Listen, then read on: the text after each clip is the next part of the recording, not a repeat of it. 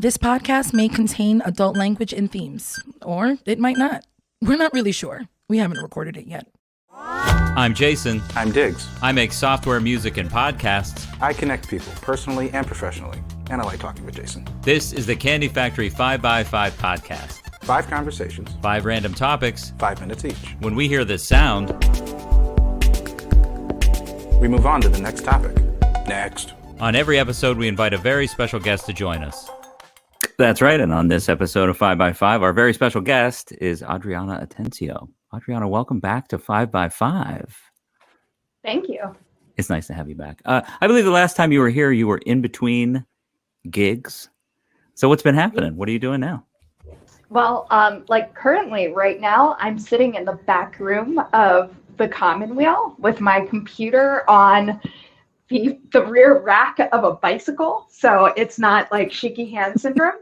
But I'm currently the co-executive director of this bicycle nonprofit, and we do really awesome things, transforming our community through the power of bikes. That's awesome. I didn't know that you were working over there. Yeah. And so you were actually geographically very close to us here at the Candy Factory. We could practically reach out and touch each other. We could send signals like when you're kids at night and you have a neighbor and you do flashlight signals. We could do that. We can do Yeah. we can do the cans. We could do the cans. Yeah, we definitely could. Because we are Diggs. Always a pleasure to see you, my friend. Diggs and I are here at the Candy Factory. The Candy Factory is a co-working and social club in downtown Lancaster. You can visit coworkinginlancaster.com for all the details to find out how you can come and join our community, which is awesome. Memberships start at just $10 for our virtual membership, and then all the way up through to private offices and your own desk and all kinds of options. So visit coworkinginlancaster.com. Check out the Candy Factory. That is co-working here in Lancaster, PA. But the business of right now is episode 46 of 5x5, the Candy Factory 5x5 podcast. About to get started. Here's how it works. If you're new to the program, my iPad, his name is Frank. He's hanging out with me right here. Frank is going to dish up 5 random topics. Are we sure about 5? Is it really 5? I hesitated. Just 5. I've only done this 46 times. 5 random topics. And Frank is going to tick those topics down 5 minutes. We get 5 minutes to basically give our gifts of knowledge to the internet. Yes. Nuggets of wisdom. Our nuggets of wisdom are our brown paper bags of knowledge that we will hand off to the internet in a dark alley. So, you guys feeling good? Everybody feeling loose? Ready to go? Here we go. This is episode 46 of the Candy Factory 5x5 podcast. Our first topic of the day is the metric system. Better. Ooh. Better. Is it better? Yes. Just give it Diggs, to us. Diggs, if you're listening and not watching this, the looks that Diggs are flashing right now. It's No, I don't. I confess it makes more sense. We'll never pretend it doesn't. It's just we're never gonna change in this country. it's so you're rolling your eyes not at the metric people. system itself. You're not rolling your eyes at the metric system itself, but you're rolling your eyes at the thought of converting to the metric system. Yes. Right. And according to our research department, it is time and money that has prevented this from happening. We like to spend time and money on dumb shit. And this would be spending time and money on smart shit. But God forbid. Well, that's a really good point.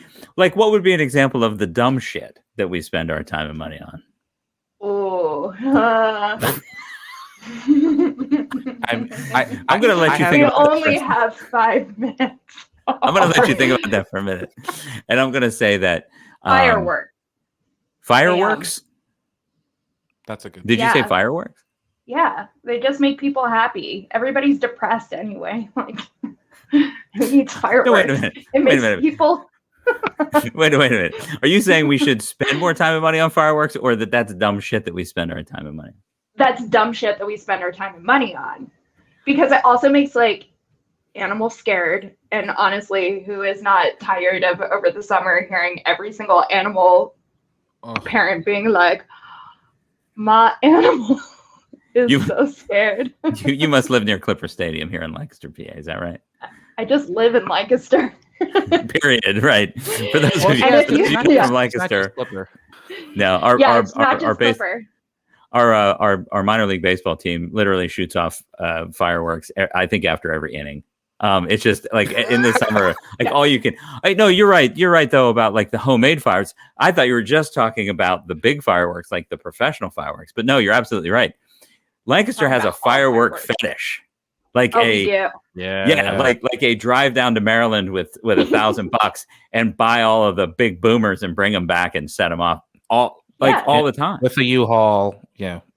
And stop by Yes, the it is. liquor store on the way. No 'Cause, question like, about it. Like, that's what smart people do. Yeah. On booze and fireworks. Lancaster City does not have Independence Day. It has Independence Season, which is basically summer. Like it's basically if it's north of 70 degrees outside, they start and they go all year until it goes south of 70 degrees. Yeah. And it's just Cabbage Hill. That's right. You know, Seriously. for a period of time, we lived over on Marietta and had this great third floor over by the old hospital out Marietta out that way. And there was this great third floor patio that overlooked like the south, I guess would be this, southwest side of the city. And it was pretty much nonstop. It was pretty remarkable. So I do want to. There were two facts about metric that came up earlier. One, I didn't know it was founded in France, which actually I think is going to not help the adoption argument over here because I feel like we're still Freedom salty fries. about the. Yeah, if we are we still pissy with the French? Is that what you're saying? I don't think we are, but No, I don't think the three of us on this call. Yeah. If we went so far as to change French fries to freedom fries, like 18 years ago, whatever the hell that was, like I just that's right. Yeah. That's 20 Yeah. years ago. That'll be 20 years ago this year. Remember? No. Wait. Yeah? No, it was That was it was 18. Right. It was about Iraq. It wasn't about Afghanistan. Oh dear God. Oh. Can you Also, remind me of dumb why shit we spend money on?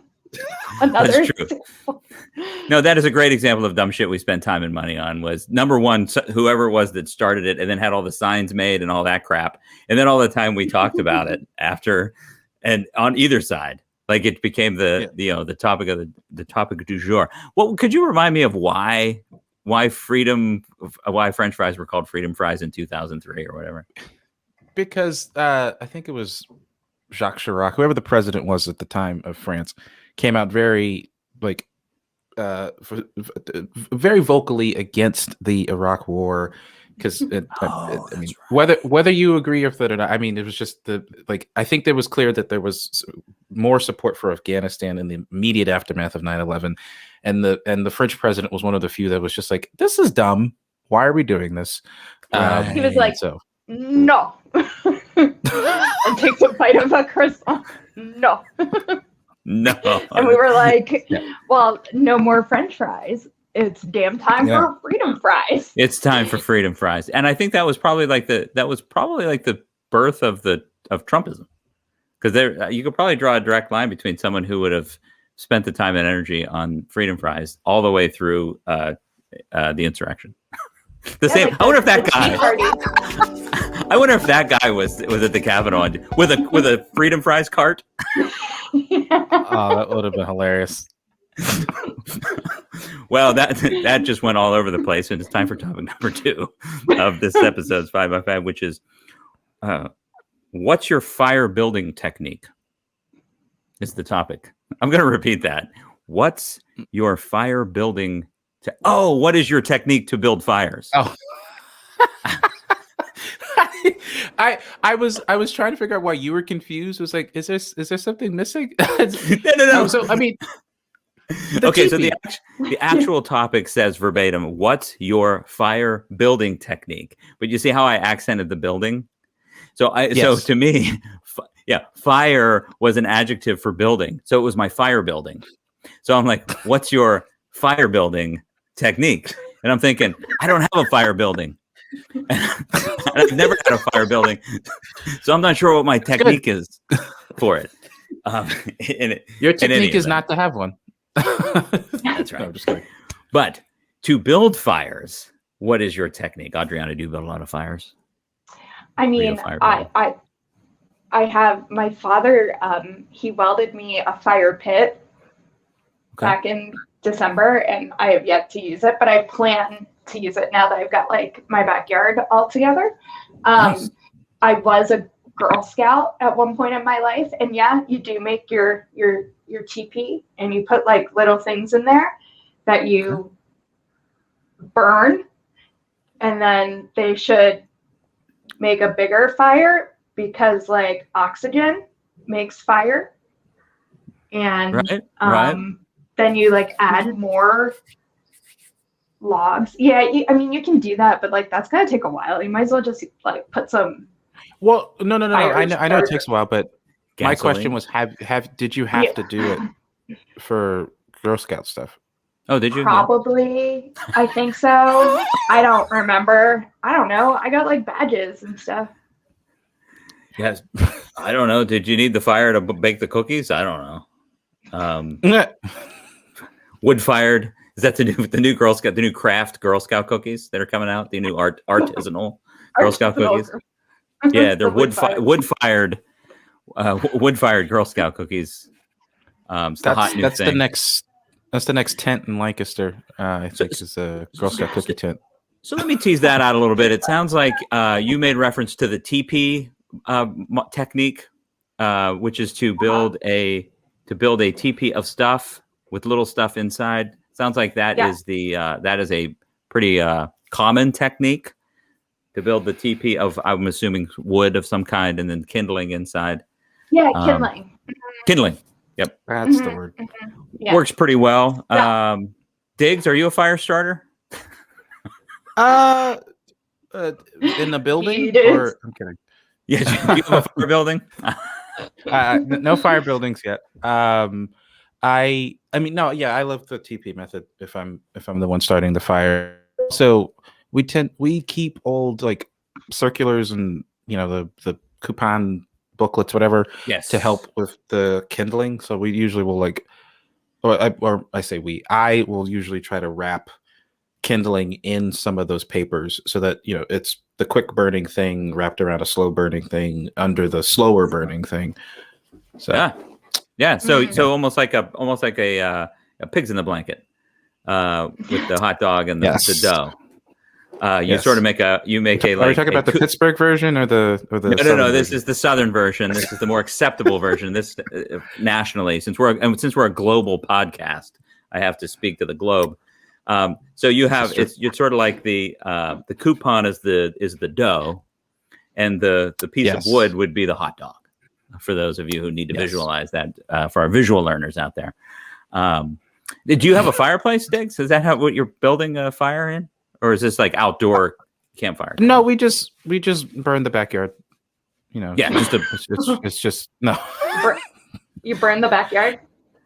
Yeah. It's just all fire. Do you have a pit in your backyard? There is a pit. It's actually it's a slat pit. It's like literally it's just like I think it's just 4 pieces put together. It's not meant to be like a permanent pit, but it's an old school. It's a permanent pit. Yeah. I'm actually really glad to hear you say that because, to me, a fire pit was you dig out a hole and put rocks around it. This is this is where when I grew up in Western PA, back in the old days, we'd have like these, a yard, you'd have like these rocks. It was like 2 or 3 stacked up flat rocks around in a circle, almost like the size of a tire. I mean, you dig out the middle. That's a fire pit, which makes sense when you say the word fire pit. But this whole like go to Home Depot, and I did it. I mean, I have the Home Depot quote unquote fire pit in my backyard, but it's really more like a vase. It's more like a fire vessel. You know what I mean? It's not really a fire pit. Like, you know what I'm saying? It's like it's a decorative vase.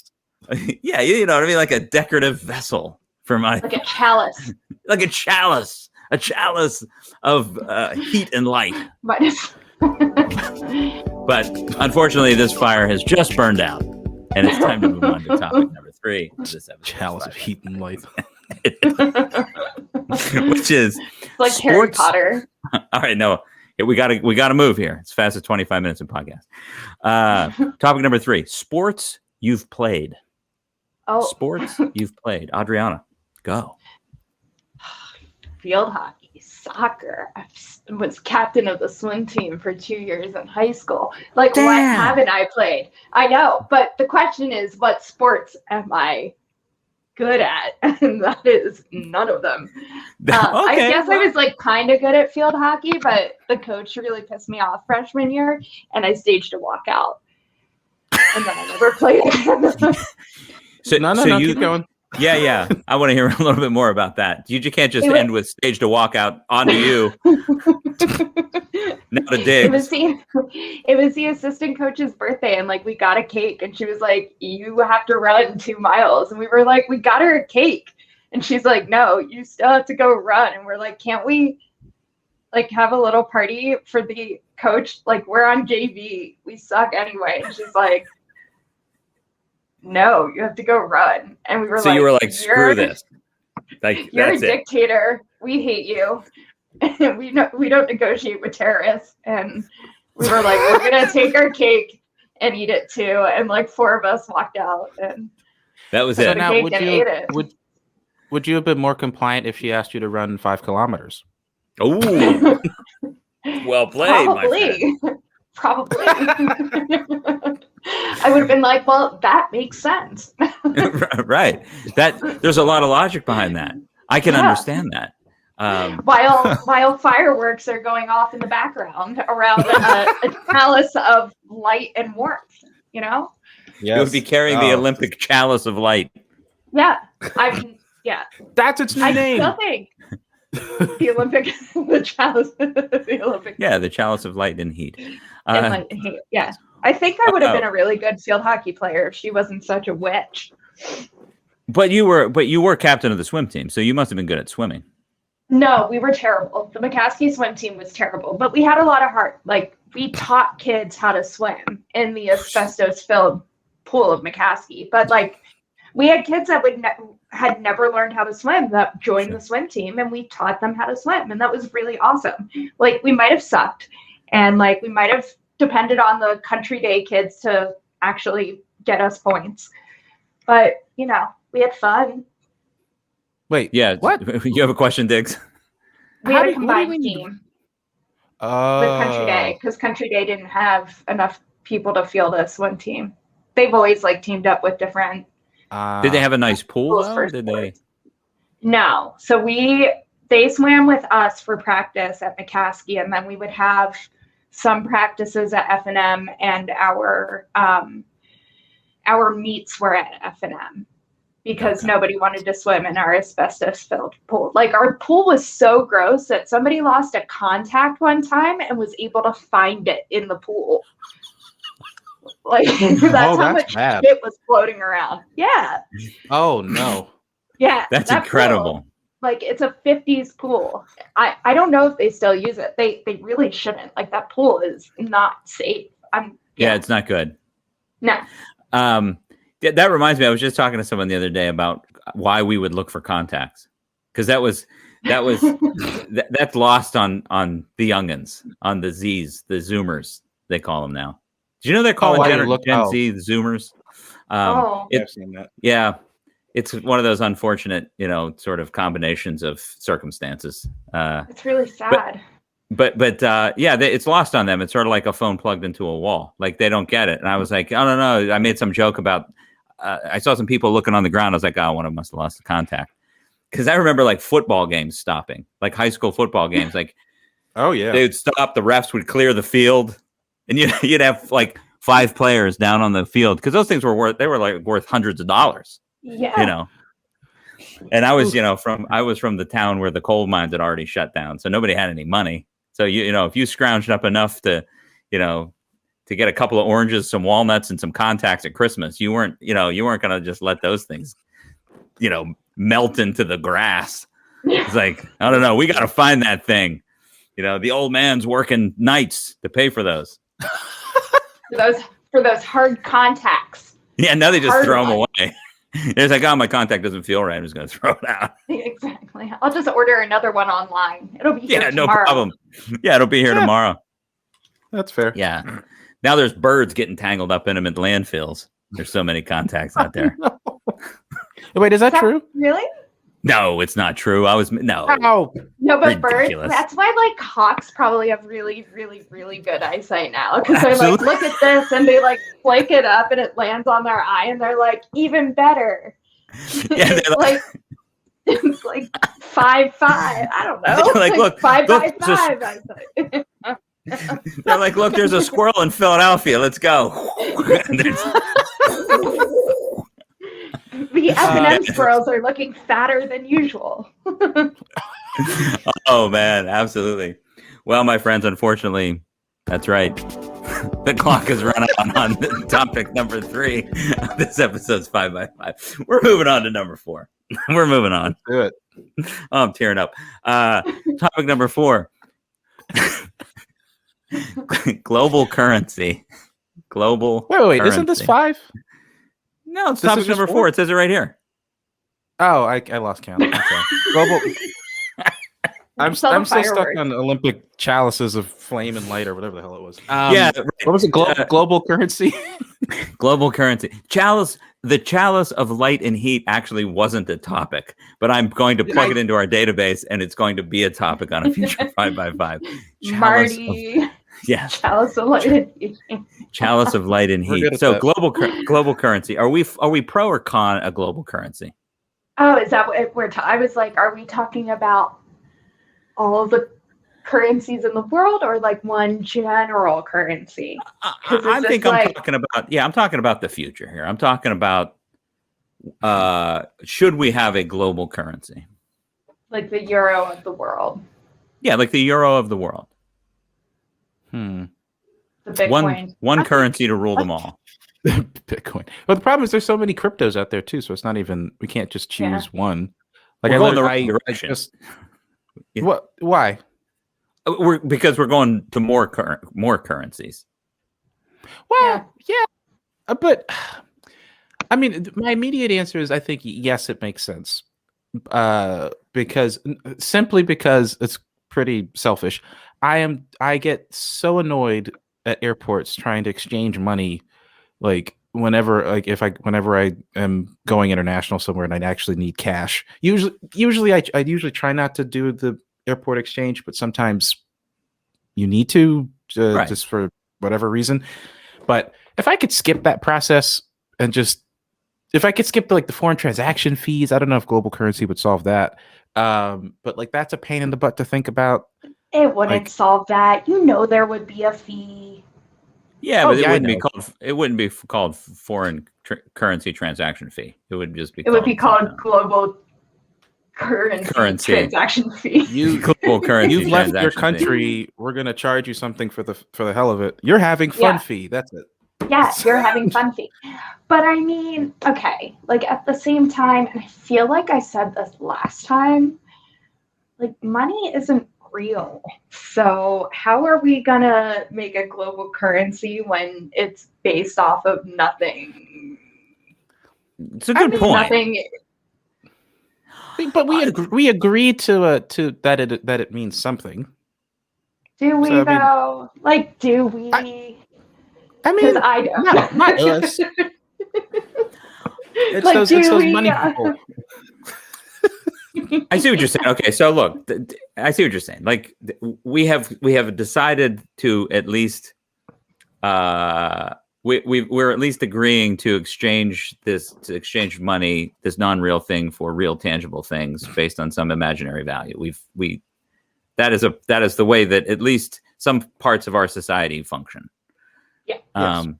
So for the sake of my next comments, I'm going to just assume that is a standard that we as human beings have accepted, that we use money. Without objection. Thank you. So I see currency. Currency to me is like one of those things that it remains really super complicated. It's sort of like the times and the technology have moved past it, but it's so hard to change. It's sort of like the metric system. in the United States. It's so hard to get away from it that we can't. We just we don't even know where to start. It's sort of like driver's licenses being issued by a state. It's such a complicated thing. If you move across the country and you've got this driver's license and it expired and you got to go get the other driver, and it's just like, aren't we past that? Like, are we still like, you know what I mean? Is it like the union? Like, haven't we kind of gotten past this whole like?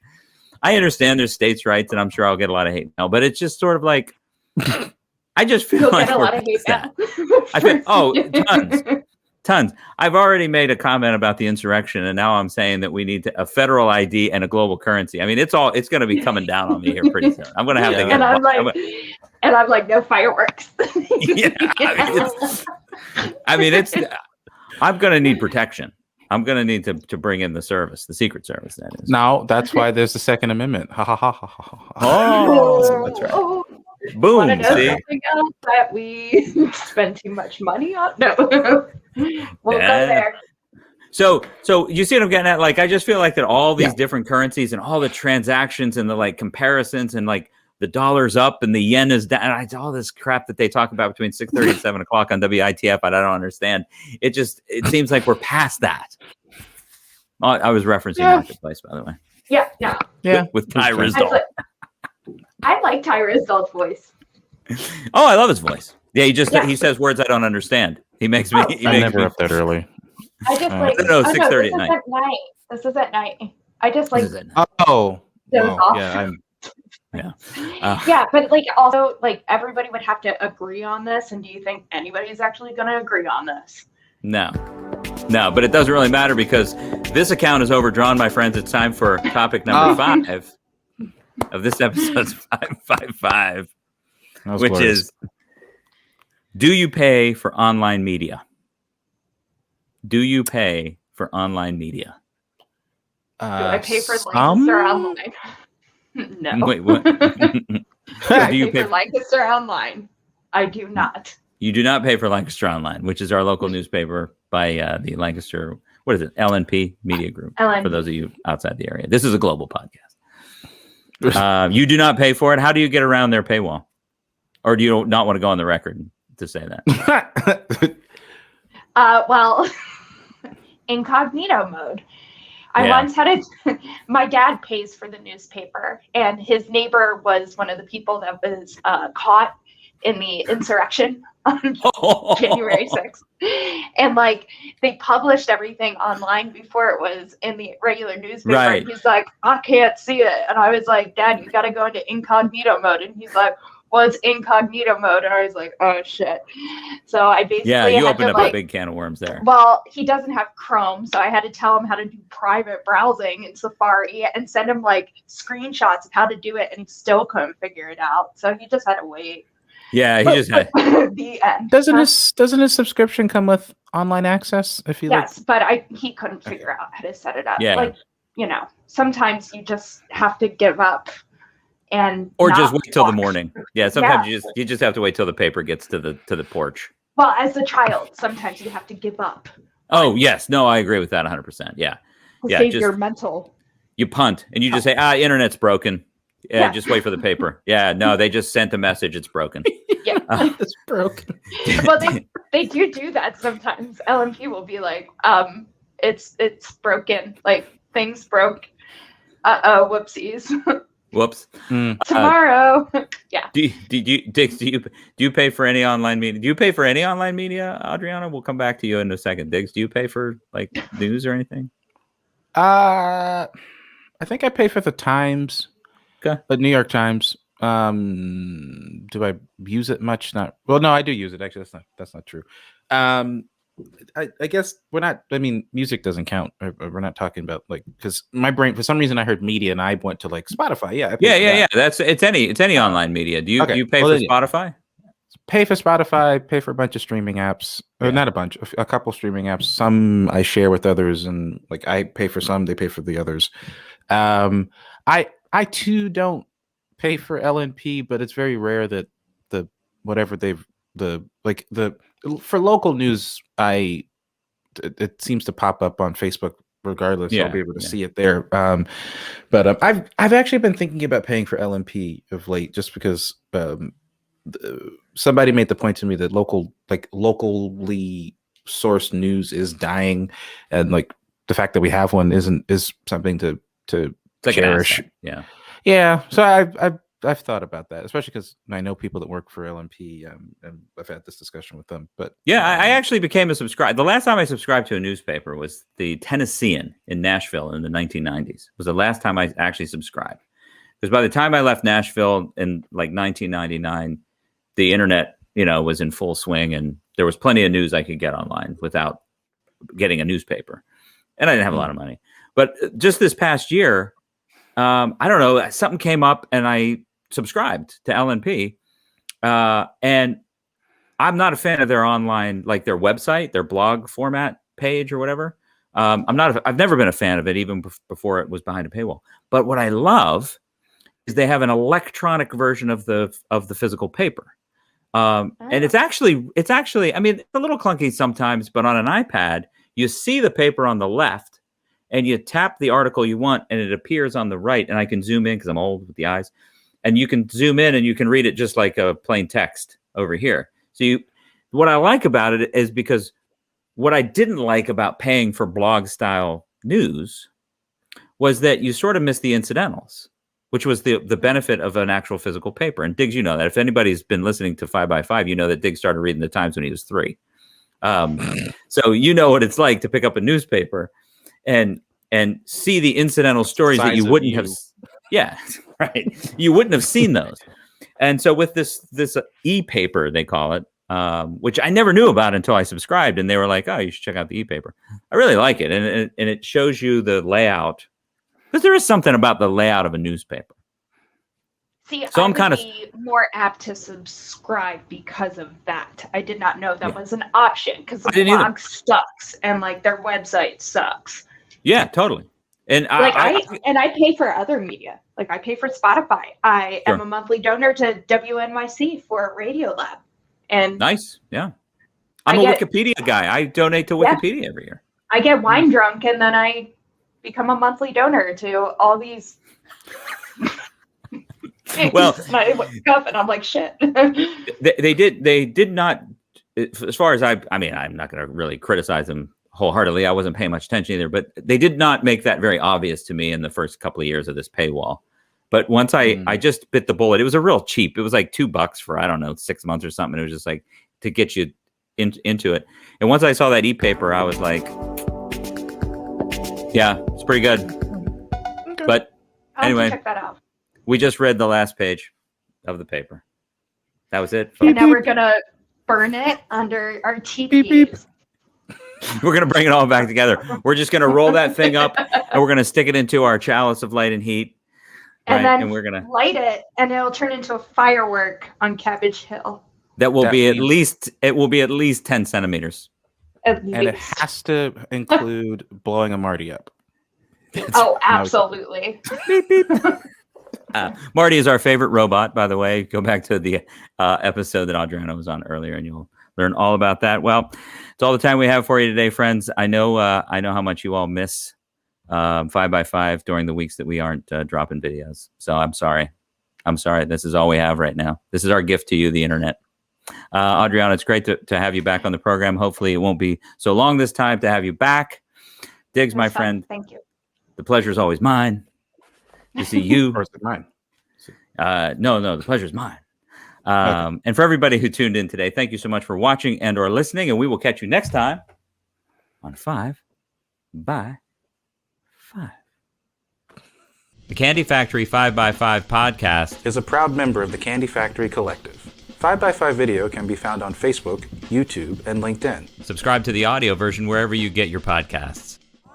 The Candy Factory 5x5 podcast is recorded at the studios of the Candy Factory, a co-working campus in Lancaster, Pennsylvania. The show is produced and hosted by Jason Mundock, along with co-host Robert Diggs. Editing and additional production by Anna Tran. The opinions and views expressed on this podcast are solely those of the expressor. The Candy Factory is not in any way responsible if anyone said something stupid.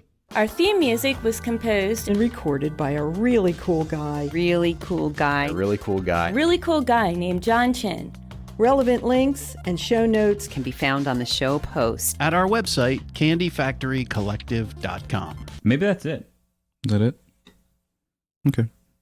Candy Factory. Collective.